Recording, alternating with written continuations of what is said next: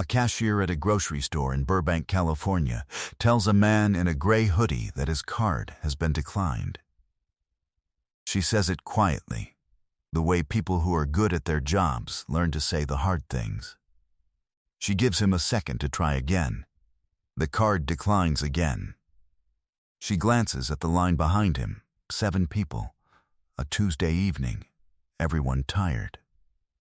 She does not know who he is. She will find out in 10 minutes. And what happens after that will be talked about in that store for the next 3 years. There is a Vons on San Fernando Boulevard in Burbank, California, 2 blocks from where Olive Avenue bends toward the river. It is not the kind of grocery store that gets written about. It is the kind of grocery store that feeds a neighborhood, bright fluorescent light. Linoleum floors worn pale down the center aisles. The smell of rotisserie chicken from the deli counter near the entrance.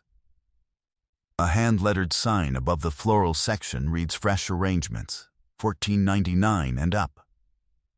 The automatic doors have a 2-second delay that everyone who shops there regularly has learned to anticipate. The store employs 43 people.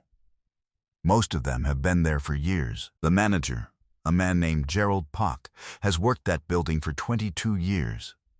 He can tell you which checkout lanes have the smoothest belt operation, which freezer case runs warm in July, and which regulars need a few extra seconds to find their loyalty card, and will be embarrassed if you rush them.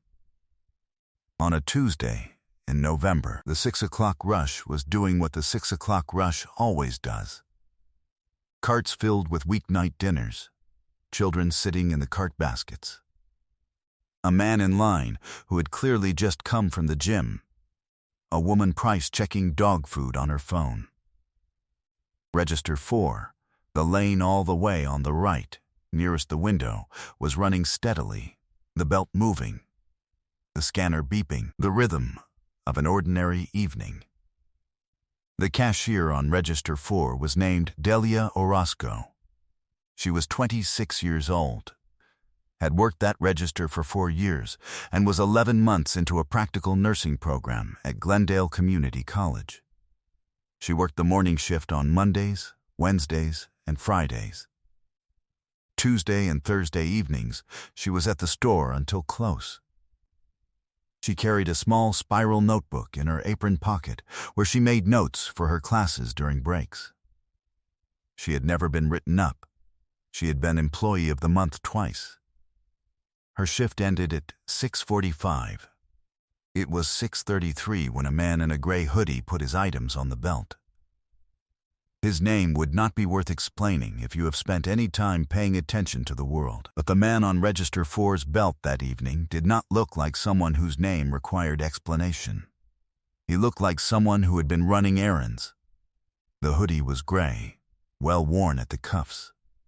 Dark jeans, old sneakers, the kind with enough mileage that the sole has started to separate at the toe and nobody has gotten around to replacing them.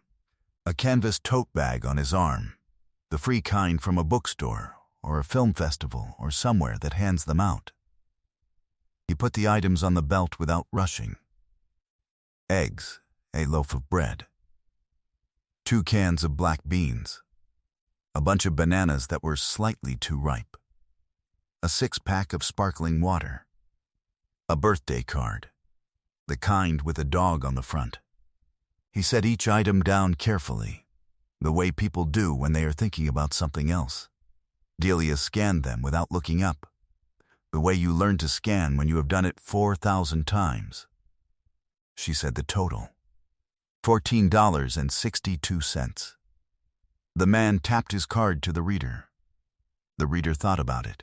The little screen flickered, and then it showed the word that nobody wants to see when there are 7 people behind them in line. Declined. His name was Thomas Bergman. He had managed the cosmetics section at the Sherman Oaks Nordstrom for 14 years. He was 49 years old, owned a condo in Tarzana that had increased in value by 31% since he bought it, drove a 3-year-old Lexus he had not finished paying off, and wore his hair in a side part that communicated a certain deliberate investment in his appearance. He had been behind the man in the gray hoodie since the beginning of the transaction. He was buying wine.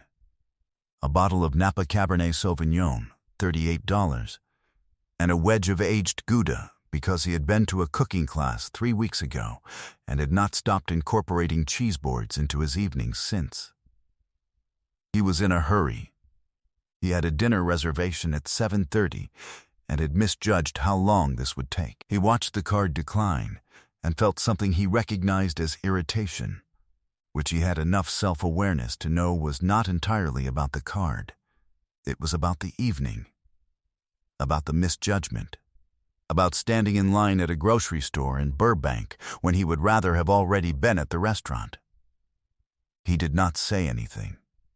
Not yet. But when the man in the gray hoodie tried again, and the reader showed declined a second time, Thomas Bergman made a sound. Not a word. A sound. The sound a person makes when they are being inconvenienced and want the room to know about it. The man in the gray hoodie turned around. He looked at Thomas Bergman the way a person looks at a sound they have heard before and know the meaning of. He said nothing. He turned back. He did not know it yet, but his name was about to be said out loud by someone on the other side of the store. And when it was, Thomas Bergman's expression would change in a way that he would think about for a long time afterward. Thomas Bergman had grown up in a house in Van Nuys where money was a topic approached sideways. His father had worked for the County Water Authority for 31 years, a job that paid steadily and reliably and not particularly well. His mother had done alterations for a dry cleaner on Victory Boulevard. Not the dry cleaner itself, just the alterations. She worked out of a small room behind the counter with a machine that rattled when it ran and needed constant rethreading. What Thomas Bergman remembered most about childhood was the way his parents handled the end of the month.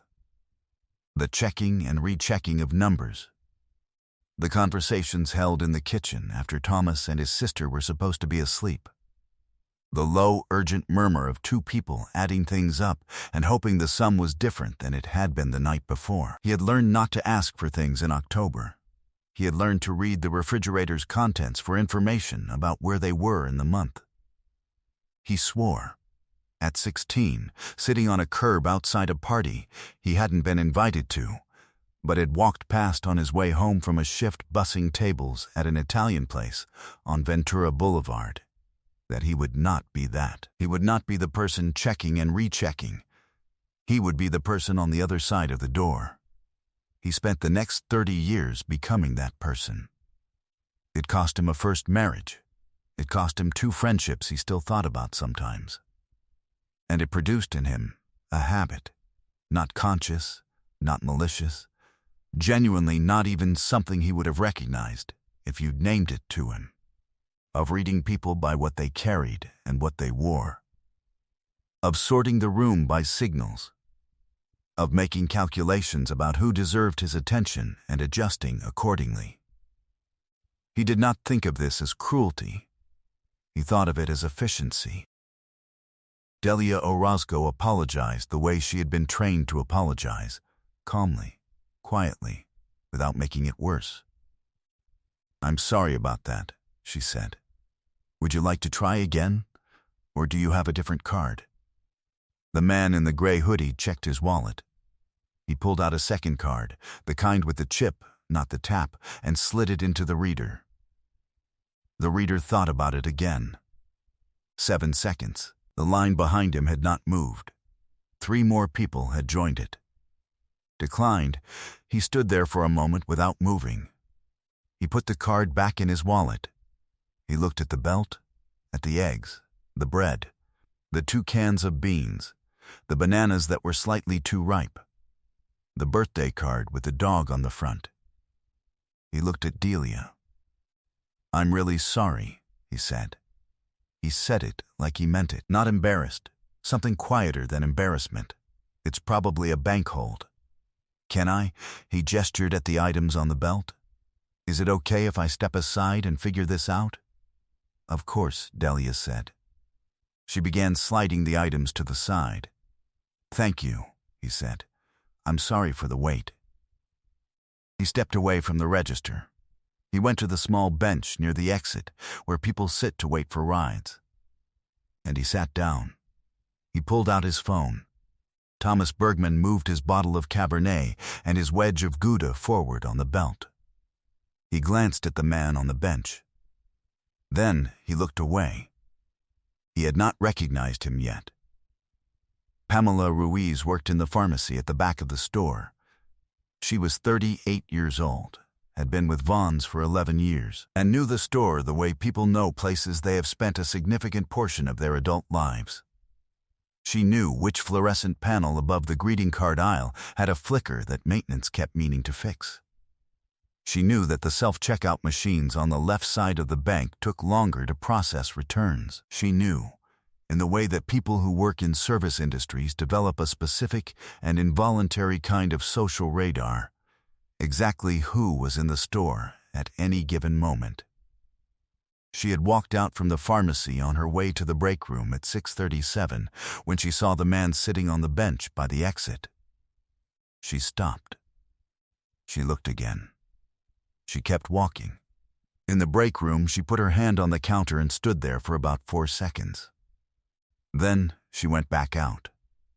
She walked up to the bench carefully, the way you approach something you're not sure of. She said, quietly, to the man in the gray hoodie, I'm sorry, I have to ask. Are you? He looked up. He smiled. The smile was the kind that arrives before the question gets finished. The kind of smile that says yes and it's fine, and please don't make a big thing of it all at once. Yeah, he said. She put her hand over her mouth. She stood there for a moment. Your card's not working? She said, which was not what she'd planned to say. Bank hold, he said. I'm on hold with them now. She looked at him for a moment. Then she walked directly to register 4. Delia was finishing Thomas Bergman's transaction when Pamela appeared at the end of the lane. Thomas Bergman took his bag. He was already composing the evening in his mind, the restaurant, the wine on the table, the Gouda later, when he heard Pamela say to Delia, quietly but not quietly enough, the guy on the bench? That's Keanu Reeves. Thomas Bergman stopped. He turned around. The man on the bench was still on the phone. He was sitting with his elbows on his knees, the canvas tote bag on the floor between his feet, the gray hoodie worn at the cuffs. He was nodding at something the person on the other end of the phone was saying. He was not performing anything. He was just a man sitting on a bench in a grocery store in Burbank, waiting to find out whether his bank had sorted out a hold on his account. Thomas Bergman stood in the exit lane with his bottle of wine and his wedge of Gouda, and he looked at Keanu Reeves, and he felt something move through him that he did not have a name for and did not particularly want to examine. He thought about the sound he had made. The specific sound. The one that was not a word. He thought about Keanu Reeves turning around to look at him. He thought about 31 years of sorting rooms. He did not move for a long moment. Then he walked back toward the bench. Keanu Reeves looked up when Thomas Bergman stopped in front of him. I just wanted to, Thomas Bergman said. He stopped. He started again. The sound I made back there, that was rude. I'm sorry. Keanu Reeves was quiet for a moment.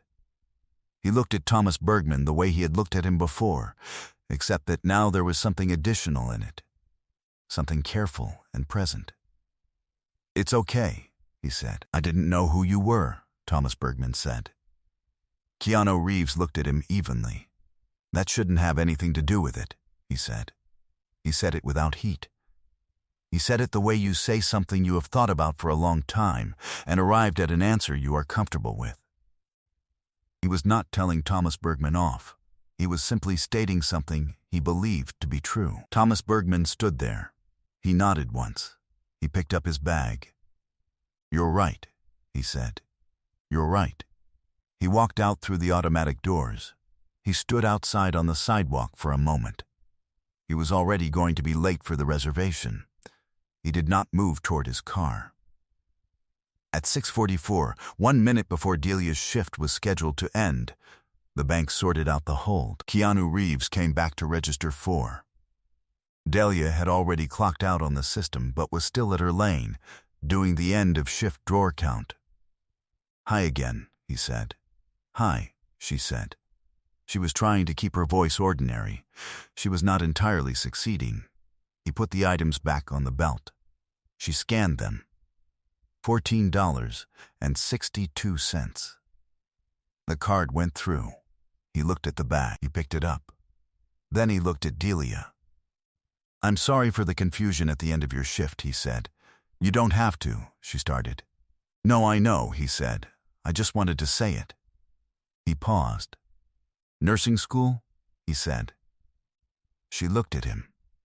She had forgotten about the notebook in her apron pocket, the corner of it visible above the fabric. She nodded. "Good," he said. "That matters." He picked up the birthday card, the dog one, and looked at it. He smiled slightly. Then he put it in the bag. He thanked her. He walked through the automatic doors, through the 2-second delay, and out into the parking lot, where the November air had a specific quality that belongs to Southern California evenings, cooler than you remember it being. The light almost gone. The sky above the Verdugo Mountains that particular shade between orange and gray. He got into a dark SUV that had been parked at the end of the lot. He drove away before anyone else in the store had found their phones. Pamela Ruiz told one person. That person told one person. By Thursday, Gerald Pock had heard 3 separate versions of the story. He verified what he could. The transaction was in the system. 6:44 p.m., $14.62, and let the rest be what it was. The story moved out of the store the way stories move, person to person, with each telling gaining a detail and losing one. What stayed consistent in every version was the same. The card declined. Delia handled it exactly right.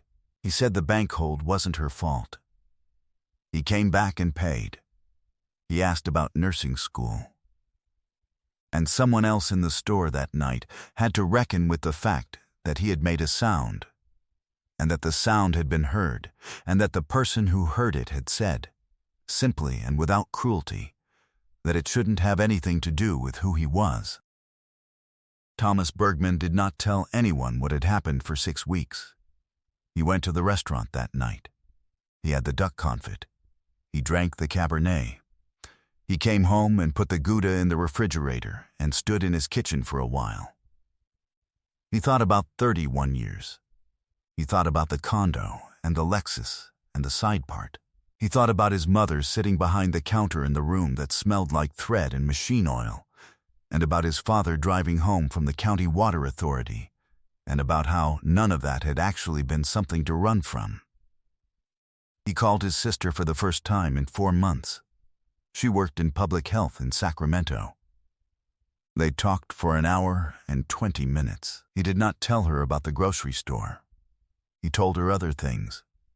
He asked how her daughter was doing. He let her finish her sentences.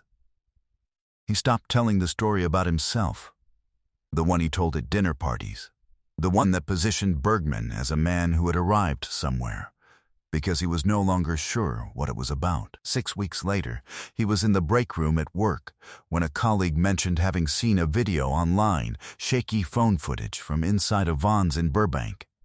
A man in a gray hoodie. The video was 40 seconds long. It showed almost nothing. It had 400,000 views. Thomas Bergman watched it on his colleague's phone. He watched it 3 times. He did not tell his colleague that he was in it. Standing at the exit lane with a bottle of wine, already calculating his evening. He went back to the cosmetics section and stood behind the counter for a while. A woman came in looking for a specific foundation that had been discontinued. He spent 22 minutes helping her find a comparable one. He did not charge her for the matching service. He did not check his phone once during the 22 minutes. When she left, she said, "You really didn't have to do all that." He said, "Of course I did." He meant it. Delia Orozco finished her practical nursing program 11 months later. She passed her boards on the first attempt. She accepted a position in the cardiac telemetry unit at Providence St. Joseph Medical Center in Burbank, which is about 6 blocks from the Vaughns on San Fernando Boulevard. She still has the spiral notebook. She bought a new one for clinical rotations, but she kept the old one. She is not entirely sure why. She has been asked about the story a number of times since the video circulated. She tells it the same way every time, because there is only one version of it, and it does not require embellishment. Her shift was about to end. A card didn't go through. She apologized the way she'd been trained to apologize. He came back and paid. He asked about nursing school. He said it mattered, she says, when people ask what he said. And then, he left. I have thought about this story more than I expected to. Not the part about the famous person sitting on a bench waiting for his bank to clear a hold. Though there is something in that image. A man who by every reasonable measure could arrange his life to avoid that particular inconvenience, choosing not to. That part I understand. It is the other part I keep turning over. The man at the exit lane. The sound he made. The way he went back. I do not know what it costs a person to walk back across a grocery store and say, "That was rude, and I'm sorry." I suspect it costs more than it looks like from the outside. I suspect there are 1,000 reasons not to. The reservation, the evening, the story you've been telling about yourself for 31 years. And I suspect that the reason he did it anyway had less to do with who he recognized and more to do with something that got said to him in the 3 seconds after. That shouldn't have anything to do with it. I keep coming back to that sentence. Not because it is complicated. Because it is not. This story is fictional, inspired by Keanu Reeves' well-known reputation for humility and kindness. Drop a comment and tell me what you took from it. The grocery store moment, or the parking lot one, or the break room 6 weeks later. They all hit differently. Share it with someone who might need it today. Subscribe if you want more stories like this one. See you in the next one.